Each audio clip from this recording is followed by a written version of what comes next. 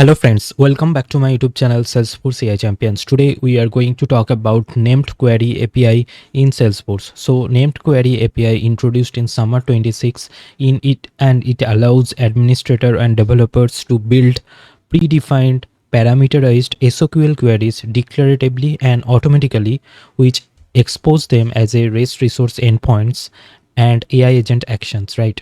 So we can create a named query API simply from the quick find. We can just search with the keywords named query, and we can find under this integrations, we can find named query API. And after version 65 is supported for name query, so that we just need to provide the API versions 65 and above. And while creating the named query API, we just need to provide a label, and API name will be automatically generated, and we just need to provide a description. For example, if we want to get all the opportunities associated for an account. So let me just talk about in more detail in named query API. So earlier, what we do, like what we like to write like custom apex REST resources to expose our data sets of Omni Studio, means Salesforce, to external systems, right? In this case, with the help of this named query API, we don't need that custom code to write those apex and all to make any data sets which will be available for external system, and we can just write a simple SOQL query. And in here the main thing is that it could be like dynamic thing is supported, right? So we can just pass parameterized SOQL queries, so that, for example, in here I have written, so this endpoint will be automatically generated based on the name, right? So this is the named query name, get ops named query, so that this is how the named query, then question mark, then in here I am dynamically passing the account name.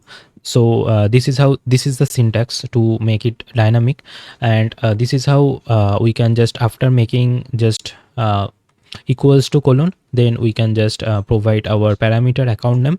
And as a parameter, whenever we are making this kind of syntax in SQL, so this account name will be available in the parameter. We could provide the description as well.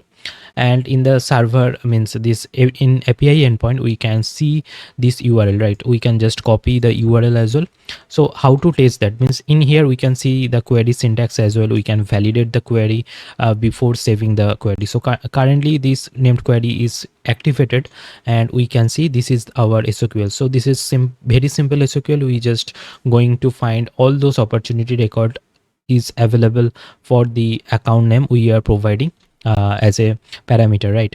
So let me just test. And so another thing I just forget to mention, like what is the prerequisite to create this name query, or what is the prerequisite to activate that named query, right? So in the user interface, we just need to make sure, from the quick find, we just need to search for user interface, and in the user interface, we just want to make sure this checkbox is checked. So enable Salesforce platform REST APIs and name query for agent actions beta. So without checking the checkbox, we can create this name query, but will not able to activate from the API catalogs.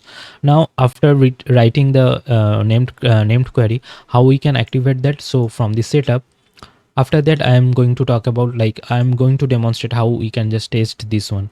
So from the API catalog, let me just search for API catalog, and in the API catalog we could find this named query is being activated, right? So we can just view details. So from the name query only, we just need to activate our named query. So I'll just create a separate tutorial like how to create the named query API from scratch, and I'm going to demonstrate step by step. But for today's demo is to talk about like how we can just what is purpose of this named query API in Salesforce, and what are those key features is available as part of this named query, and how we can just test this named query API, right? So after activating this one, we can see in the under this operations we could find all our named queries is being activated. So it will not be activated after creation. We just need to come here in the API catalog and manually activate this named query, right? So now we have the named query API endpoint. I'll just copy the endpoint and I'll just go to this extension Salesforce Inspector Reloaded, or you can test it from Postman or from Workbench as well. From now, for the time being, for this demo, I'll be using this Salesforce Inspector Reloaded extension, and in here I'll just go to this button REST Explorer, right? So I'll just click on the button and we have this method, HTTP methods are available. I'll just provide, since we are going to fetch retrieve records, right? So I'll just provide this API endpoint, and in here in the account name we are going to provide the account name, for example Greenwich Media. Let me just copy the account name, and in the Greenwich Media we could see like there are like one opportunity record is there. Let me just execute, let me just provide the account name and let me just click on send, and we could see that the response is coming, and we are going to see like total size 1, since there are like one opportunity record associated for this account. We could see the name, opportunity name, then opportunity ID, name, stage, amount. There is no amount is available, value is not available for that opportunity record, and closed it, right?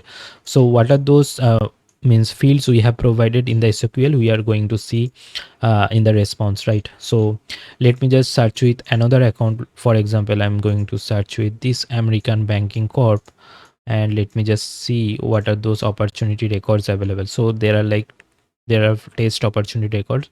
There are 4 test opportunity records available. Let me just provide the account name as American Banking Corp. So after providing the account name, we can just click on send, and now we could see like total size 4, and we could see under the records area we can see what are those opportunity records one by one, right? So we are going to see these many informations. There are 4 opportunity records, and we are seeing all the details, right? So this is how we could see like what are those features of the named query API. So there are lots of use cases as well. For example, uh, first use case could be like zero apex or flows, right? So expose data without writing integration code. Earlier we used to like apex code and make it rest resource, and we are exposing the specific object schema or object records to the external system. So exposing data without writing integration code, managing test classes, or deploying complex flow architecture, right? So another thing could be like easily transform your named queries into custom agent action. So I'll create a separate tutorials on this as well. Like for example, let me just show you quickly one thing. So in here, if I just search for MCP servers, so I have already like a lot of tutorials on this MCP servers as well. So you can go through those videos to know what is MCP server and how we can create our own custom MCP server, and how to connect those custom MCP server with our Claude, with our Agentforce vibes, with our ChatGPT AI assistants, right? So you could watch those videos to understand those purpose of the MCP servers. So now what I was going to talk about, like so as a tool means we can add name queries APIs as a tool in the MCP server, which can be and we can create agent actions as well. So in the agent action we can create an agent action, and we can reference that named query API. So on behalf of actions, so named query will be available as a part of the action, so that agent can access the data available which will be available means with this named query endpoint, right?